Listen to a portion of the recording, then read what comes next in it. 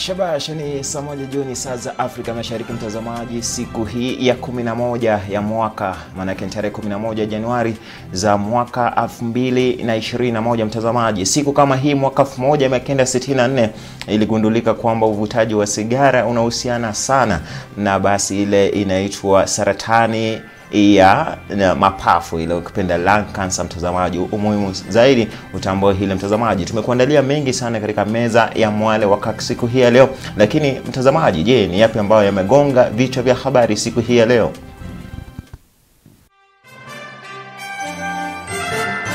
And I trust that you will give the same support to the acting Chief Justice until my predecessor is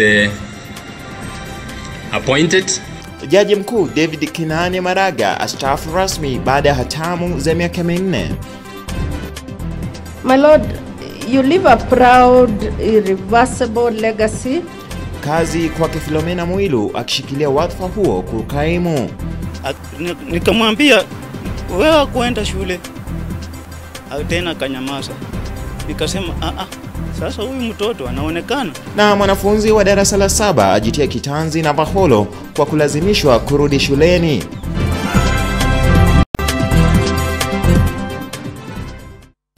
Na mtazamaji, kwa hayo na mengine mengi, chonde hadi tamati ya Mwale wa Kirk. Naitwa Vincent Kerosi, na bila shaka kwenye kiti cha lugha ya ishara amesimama na kuketi kidete mtoto wa kike Jane Mwangi mtazamaji hadi tamati. Tuanze na taarifa hii kwamba Jaji Mkuu David Maraga leo hii ameondoka rasmi afisini mapema hii leo baada ya kustaafu. Maraga ambaye amehudumu tangu mwaka 2016 amefanywa hafla ya kumwaga katika makao makuu ya idara ya mahakama. Maraga akitumia fursa hiyo kukadiria safari nzima ya miaka 4 aliyohudumu. Krisabu na taarifa hiyo kwa kina. Mapema Jumatatu ya leo saa 5:44 mchana, David Kinani Maraga akastaafu rasmi kuwa jaji mkuu nchini Kenya. Leo Maraga kavuliwa magwanda ya kazi na kuashiria rasmi mwisho safari yake kuwa jaji mkuu. The judiciary and the judges and the judicial officers are the custodians of our constitution. Maraga kwa mara ya mwisho kama jaji mkuu akitoa hotuba yake kwa taifa kwa kile alichotaja kama safari ndefu. Maraga amekadiria miaka 4 aliyohudumu kama jaji mkuu. I have heard sometimes politicians say that they are better off because they are elected. I want to tell you that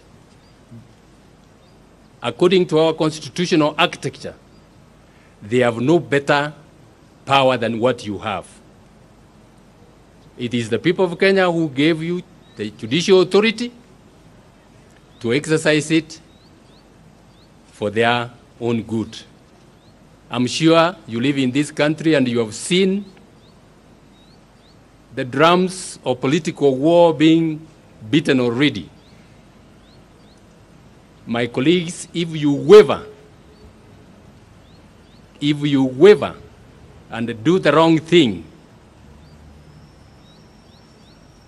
and this country descends into chaos, God will never forgive you. Kwa ujasiri sawia na alivyochukua usukani kwenye idara ya mahakama mwaka 2016, Maraga kwa shupavu hajasita kubaini msimamo wake. Given the fact that the Supreme Court must hear and determine presidential election petitions within 14 days, I was asked a question whether I would sit on Saturday, my Sabbath day. I understood the question to require of me to make a choice between getting the job of Chief Justice and living by my faith. I determined to live out my faith, and I said I would not sit on Saturday. Mawakili, majaji, familia na maafisa wakuu serikalini wakihudhuria hafla ya mwisho kumwaga jaji mkuu aliyetajwa kama shujaa naibu jaji mkuu Philomena Mbete Mwilu akimsifia Maraga kama kiongozi aliyetekeleza wajibu kwa ustadi mkubwa. As Chief Justice, your commitment, your vision and leadership accelerated transformation in the judiciary. It deepened independence of the institution, accountability of judges, and transparency across the institution. It increased public confidence in the courts and tribunals and enhanced access to justice for many Kenyans.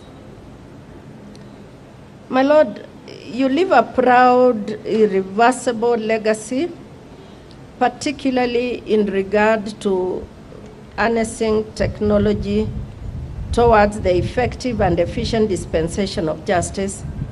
Kuondoka afisini kwa Maraga kukiashiria mwamko mpya katika idara ya mahakama, utaratibu wa kisheria ukizingatiwa kumvua Maraga mamlaka na kumkabidhi naibu jaji mkuu Philomena Mbete Mwilu. CJ1 number plate is being handed over by CJ's office to the judiciary. The national flag that flutters on his car is also being handed over to the Chief Registrar of the Judiciary. Anapoondoka mamlakani rasmi, jaji mkuu David Maraga atasalia kwenye kumbukumbu kwa kuwa jaji wa kwanza hapa nchini kufuatilia mbali matokeo ya uchaguzi. Japo anaondoka, Maraga atasalia kwenye kumbukumbu la taifa. Chris Sambu, Mwale wa Kirk. Pongezi kubwa zaidi kwako Jaji Maraga unapokwenda kustaafu. Bila shaka kuwa kazini na hatamuni kwa miaka 4 si kazi rahisi. Mtazamaji, wamkumbukia nini jaji anayeondoka, jaji mkuu anayeondoka Bwana David Maraga kwa miaka 4 unamkumbukia nini? Waweza kuzungumza nasi kwenye mtandao wetu wa Facebook Kirk TV Kenya, kwenye mtandao wetu wa Twitter Kirk TV_Kenya, na bila shaka kwenye nambari yetu ya arafa ni 22167. Je, wamkumbukia nini jaji mkuu anayeondoka hatamuni zake hizi ambaye ni jaji mkuu David Maraga katika hatamu zake za miaka 4? Na bila shaka tuko tunaangalia maoni yako na semi zako pembezoni tu mwa Mwale huu wa Kirk. Na Jaji Philomena Mwilu ndiye kaimu jaji mkuu kwa sasa. Mwilu mwenye umri wa miaka 62 amekumbwa na misukosuko si haba, kesi zilizoko mahakamani ama kortini kumhusu zikitishia sana nafasi yake. Je, ataweza kuvivaa sawa sawa viatu vyake Maraga japo kwa muda? Tarehe 11 Januari mwaka 2021 katika vidato vya jumba la mahakama ya upeo kaondoka David Kinani Maraga baada ya miaka yake 4 uongozini, kamwachia hatamu naibu wake Philomena Mbete Mwilu japo kwa ukaimu, na kwa mwanamke wa kwanza kabisa kushikilia wadhifa huo tangu taifa kujinyakulia uhuru mnamo mwaka 1963. It is now my great pleasure to hand over to the Deputy Chief Justice who is continuing to act. Mwilu mwenye umri wa miaka 62 na tajriba ya takriban miaka 35 katika tasnia ya sheria amekuwa naibu jaji mkuu tangu Oktoba mwaka 2016 baada ya kuchukua nafasi yake Bi Kalpana Rawal aliyetimu miaka 70 na kustaafu kutoka tume ya huduma za mahakama JSC. My Lord, you leave a proud, irreversible legacy, particularly in regard to harnessing technology towards the effective and efficient dispensation of justice, judicial independence, protecting and entrenching the rule of law, and fidelity to the same across public governance to the Constitution. Philomena Mwilu alikuwa miongoni mwa majaji waliosikiliza na kuamua kufutilia mbali uchaguzi wa urais wa mwaka 2017 na kuandikisha historia ya kipekee barani Afrika. Hata hivyo, Mwilu alikosa kujitokeza kusikiliza kesi iliyowasilishwa kusitisha kwa uchaguzi wa marudio, na hivyo kumlazimu jaji mkuu David Maraga kuahirisha kabisa vikao hivyo. Hata hivyo, Mwilu amekumbwa na masaibu si haba, kwani mnamo Agosti mwaka 2018 jaji Mwilu alikamatwa kwa makosa yanayohusiana na umiliki wa mali, mikopo ya benki, halikadhalika makosa ya kutolipa ushuru. Ni makosa yaliyotishia nafasi yake ya unaibu wa jaji mkuu, lakini kikao cha majaji watatu wa mahakama ya juu wakamwokoa kwa kusema kwamba DCI hawakutumia mbinu stahiki kumfanyia uchunguzi Mwilu. Hata hivyo, mkurugenzi wa mashtaka ya umma alikata rufaa kwenye mahakama ya rufaa, huku pia akiomba tume ya huduma za mahakama JSC kumchunguza. Ni kutokana na mashtaka haya ambapo mwanaharakati Okia Omtata alikuwa na mahakamani mwaka jana na kukata rufaa kwamba Philomena Mwilu hastahili kushikilia kwa ukaimu nafasi ya jaji mkuu baada ya David Maraga kustaafu. Hata hivyo, tunaposubiria kuteuliwa kwa jaji mkuu mpya, nafasi ambayo Mwilu anatarajia kuiwania pia, Mwilu katika ukaimu wake ana viatu vikubwa vya kuvivaa, haswa katika mandhari ya sasa ambapo siasa zimechacha kuhusu chaguzi ndogo mbalimbali, BBI na hata uchaguzi mkuu wa mwaka 2022, na jambo lolote laweza kumfikia mezani mwake litakalohitaji utatuzi wake kama jaji mkuu.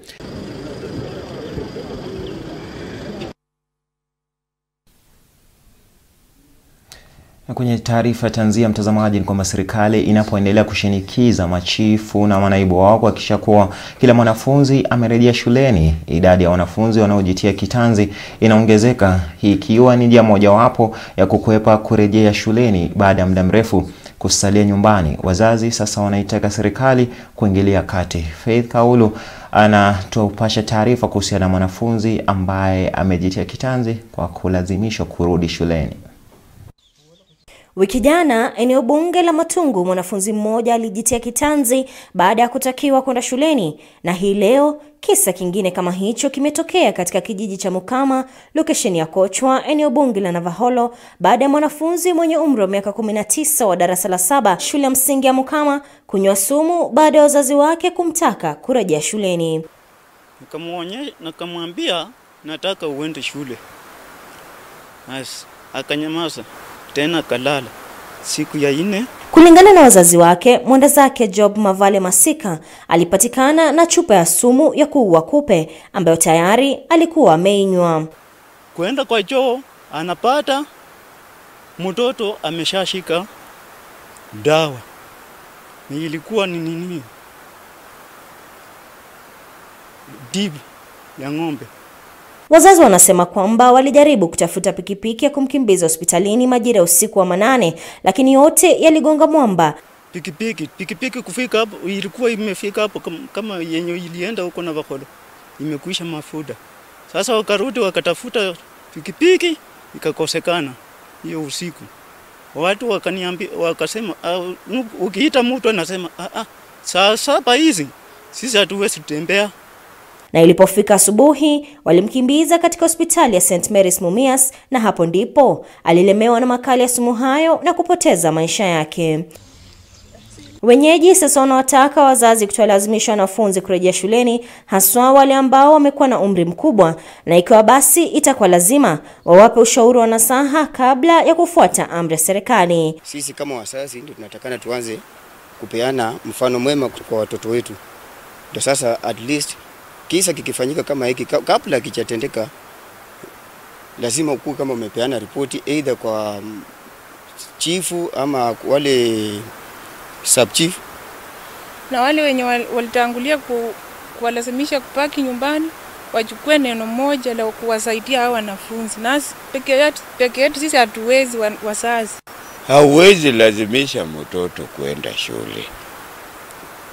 Serikali inatakana pia ichunguze. Kuna watoto wenye wanaweza enda shule na kuna watoto wenye hawawezi enda shule. Tuangalie mradi yenye itasaidia wale wasioenda shule. Naibu wa chifu eneo hilo Josephat Makete ametoa wito kwa wazazi wote kuongelesha wanao ili waweze kuelewa umuhimu wa masomo. Tunasi wazazi wapate kuelimisha watoto ili waepuke na maneno mingi yenye walikuwa nayo wakifikiria pengine mashule hazitafunguliwa. Aswa hii sublocation yangu ya Kochwa. Vilevile Josephat Makete amesema kwamba idadi ya wanafunzi wasichana waliopachikwa mimba location ya Kochwa na Navaholo ni zaidi ya 38, huku akiwataka wote kurejea shuleni na kusema kwamba walimu wakuu wapo tayari kuwapokea na kuwafunza. Tunaomba wale wote wenye wako na mimba warudi shuleni wasasi wawachukue tu kama kawaida, si kupenda kwao.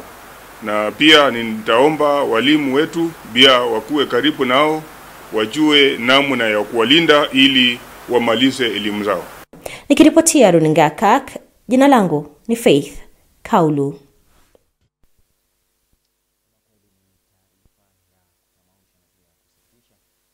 Mwanafunzi anajitoa hai kwa sababu anaambiwa aende akasome, ajifunze. Wacha tuone hali itakuwa namna gani serikali inapojituma kwa shughuli hiyo. Mtazamaji, tukiachana na hayo ni kwamba shughuli ya uchunguzi wa maiti wa watu 5 waliouawa Karura, kaunti ya Kiambu, wakiwa familia moja, imefanyika mapema leo hii katika hifadhi ya maiti ya hospitali ya rufaa na mafunzo ya chuo kikuu cha Kenyatta ili kubaini hususan kilichosababisha kifo ama vifo vyao. Hali kadhalika mshukiwa mkuu Lawrence Warunge na anayesemekana kuwa mpenziwe Sara Muthoni walifikishwa mahakamani leo hii, huku washukiwa wengine wanaodaiwa kuhusika kwenye mauaji hayo wakiendelea kusakwa na maafisa wa polisi. Vile vile mahakama ya Kiambu imeamrisha washukiwa hao kuzuiliwa kwa siku nyingine 14 ili uchunguzi uendelee. Wawili hao watazuiliwa katika kituo cha Gigiri na kile cha Mthaiga mtawalia. Kesi hiyo inatarajiwa kutajwa tena mnamo tarehe 25 mwezi Februari.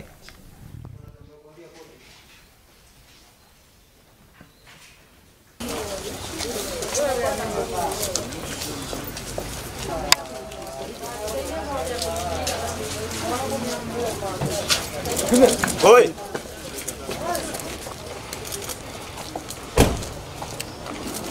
Junge, bisa sio the oikeri beside.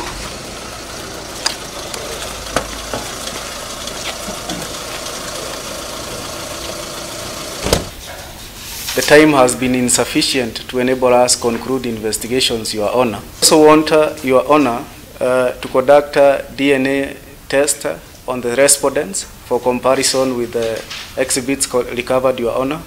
The investigation is mobile since we are moving from one point to another in respect to redocumenting the initial suspect's movement. Your Honor, also owing to the number of victims that fell to the crime, we pray that we be given time to be able to conduct postmortems, to be causing the conduct of mental assessment on the accused persons, on the respondents, Your Honor. Sorry. The 2 minors who are siblings to the first respondent may also be in danger if the suspects are released. The investigations remaining also require substantial time to be completed. But to cap it all, the suspects say they have understood the application and they have no objection to that. So in the circumstances, I allow the application for remand as paid regarding the police stations indicated, and I remand them for a period of 14 days. So they come for mention. Na mtazamaji, dakika 16 baada ya saa 1 saa za Afrika Mashariki, wakati ambapo mimi Vincent Kerosi na mwenzangu katika lugha ya ishara Vincent tunakwenda kwenye mapumziko mafupi tu, lakini tunarejea na taarifa nyingine hapa kuhusiana na gavana wa Kakamega huyu Wycliffe Ambetsa Oparanya, ambaye amedokeza kwamba yupo tayari kung'ang'ania ama kuwania urais ijapo mwaka 2022. Usiende mbali, maana yake tunazo taarifa hiyo na taarifa nyinginezo nyingi.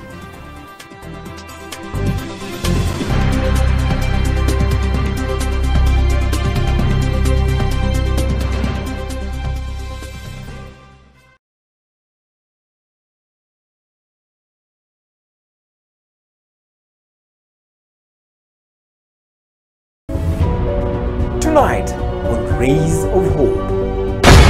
When you're a spiritual reader, you are in the world, but not of the world. What does that really mean? It really means your life, in the way you live it, is where the talk and the walk must be in agreement. People should actually more specifically be warned to you and to desire to hear from you out of your work, not necessarily heavily from the talk. Tune in to Kirk TV next Monday at 8 p.m. on Rays of Hope. Health Nuggets features real people. I'm a survivor of stroke. I was totally incapacitated. Sasa kama hiyo nyumba yangu naona niliuza. Juu ya huyo mtoto tu nimpeleke Mathare. Lazima ujikakamue uone nani anaweza kukusaidia, umwambie ukweli yako. Highlighting real issues on your health and well-being. Especially for people who are pregnant, I'd advise them to keep off from that, farm-fed, farm-bred fish from China. Creates awareness on health matters affecting you. We sometimes treat our cars better than we treat ourselves, right? Because every couple of miles you send it to the garage, right? You don't wait for it to break down. But with our bodies, you wait for the car to break down, as it were, then you say, okay, let me go to the hospital. While good health is not something that you can buy, but be rest assured that health is wealth. Don't miss Health Nuggets every Monday at 7:30 p.m. here on Kirk TV. Your health matters.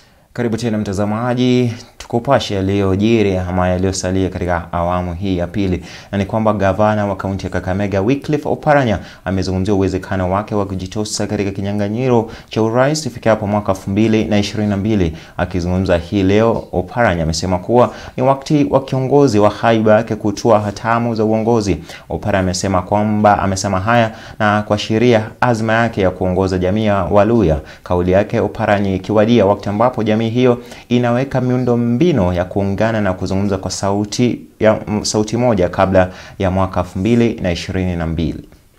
Tukiwa kaunti kubwa, hatuwezi kuwa tu tunangojea wengine kutoka Bungoma, wengine kutoka Vihiga, wengine kutoka Busia kuja hapa kuongea mambo yetu. Na sisi tumekaa kimya. Wakati huu nimekataa. Nimesema mambo ya Kakamega paka iwe mbele na mtu wa Kakamega. Na mimi hapo nitakuwa hapo. Nimeambia Wetangula na Musalia mambo ya kusemanga sisi viongozi wawili, hapana. Oparanya sasa yuko hapa. Mpende msipe. Nimechukua hatua hata kama mpira unaambia kwa timu rombo, si ndio? Then unaenda ile ya junior. Then unaenda ile senior. Sasa mimi niko kwa senior team. Nimetoka kwa ile vitu ya juu. Ile ya senior team kitu nafanya natafuta na namba. Si ndio? Lakini tayari niko ha. Kwingineko, wakazi wa eneo bunge la Lurambi wamefaidika kwa msaada kutoka kwa kanisa la Holy Apostolic baada ya kupewa vyakula na ufadhili wengineo. Wengi walionufaika ni wajane ambao kulingana na kanisa hilo wamekuwa wakitengwa kwa muda mrefu. Kanisa la Holy Apostolic Believers Church limeanzisha mradi wa kuwapa vyakula na fedha za kuanzisha biashara mbadala wajane na mayatima kutoka eneo bunge la Lurambi ambao kwa sasa wanashiriki biashara ya ugemaji wa pombe haramu ya chang'aa. Akiongea wakati wa kutoa msaada wa vyakula kwa zaidi ya wajane 100 na mayatima, mtaa wa Shirere James Wikunza amedokeza kuwa mpango huo unalenga kuang'amua wahusika kutoka minyororo ya ugemaji pombe na uzaji wa mihadarati, akitaka serikali kuhudhurisha kwenye mpango wa marupurupu ya kila mwezi kwa wakongwe. Serikali, unajua mimi nashangaa. Serikali tuna pesa ambao wanapea wajane, wanapea wase. Wanapea wase, wanaweza pea mtu wa 40, mtu wa 70 hawampei pesa. Mimi ningetaka serikali ishughulikie wase wote. Waangalia wase ambao wameseka wenye hawapati pesa, wapewe pesa. Hata tuko na msee nyuma yangu hapa. Ako na miaka karibu 80. Ameandikishwa mtu hakuna chochote ambaye anapewa. Sijui ni ukapira na ni Kenya ama ni nini. Nikaona wacha mimi nisimame na wachane kuanzia kuanzia mwezi wa 8 tarehe 12 kwa corona kali kabisa. Nikaanza kupea wamama hii mradi ya kuwapea sukari, mchele. Na wamama wengi wao wanapika changa. Na changa hata iwasaidii chochote. Walionufaika na msaada huo chini ya Maselini Bahati hawakuficha furaha yao, wakitaka wahisani zaidi kujitokeza na kuwasaidia ili kuwang'amua kwenye lindi la umaskini linalowakumba. Naomba ya kwamba kama serikali inaweza kuniunga mkono, au wamama wenye wako huku chini ni wengi sana ambao wase wao wamekufa na hawana mapato. Kwa hivyo nataka niseme ya kwamba hata wakati corona ilitokea, hao wamama wamekuwa tu na shida, hakuna chenye wamefaitika nacho. Kasisi wa kanisa hilo Wikunza ametaka serikali kuweka mikakati ya kuhakikisha wanafunzi wako salama shuleni.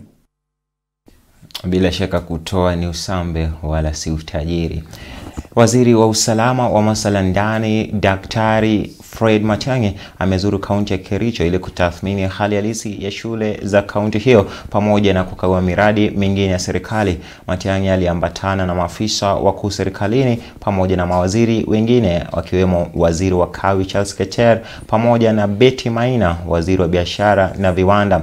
Vilevile waziri Matiang'i alifanya mkutano na machifu wa Kericho kuhusiana na wanafunzi wajawazito kurejea shuleni, huku akielezea ya kwamba 90% ya wanafunzi wamerejea shuleni katika kaunti hiyo. So Buret, where the consumption of illicit brews is very high, we will be ready. The regional security team is here. We will all be ready to begin the work tomorrow, and within the next 24 hours or so, we will address some of the challenges that have been raised related to gambling and the illicit business related to this. If there are any foreigners in the county, and I have asked the county security team, any of the foreigners who may be in the county and are engaged in this illegal business, we will do what the law requires us to do, namely apprehend them, make them ensure that they face the law, and then most likely deport them, because when you are not a Kenyan and you are here, you know, engaged in illegal activities, you are not supposed to be here. That is what this is all about. Na mtazamaji, zimekatika dakika 26 baada ya saa 1 jioni. Ni wakati wa kufunga kazi Mwale wa Kirk siku ya Jumatatu tarehe 11 hii mtazamaji. Na nilikugusia hapo mwanzoni kwamba tarehe kama hii mwaka 1964 basi ambaye alikuwa mpasuaji, daktari mpasuaji kwa jina Luther L. General Terry alitangaza kwamba ufumbuzi wake basi ulionyesha kwamba uvutaji wa sigara unachangia sana katika ile saratani ya mapafu ama lung cancer. Kwa hivyo iwapo wewe ni mvuta sigara kwa sana, vizuri kupunguza ile kwamba kabisa ujitenge na athari hizi za ugonjwa huu ambao usamehei, ugonjwa wa kansa ya mapafu mtazamaji. Nimekuwa kwa Vincent Kerosi na mwenzangu kwenye lugha ya ishara, bila shaka mtoto wa kike siku zote huyu anakwenda kwa jina la Jane Mwangi. Hadi wakati mwingine, mara nyingine tuonane mtazamaji. Usiku mwema kutoka kwangu, unapokula kula na wenzako. Lala salama.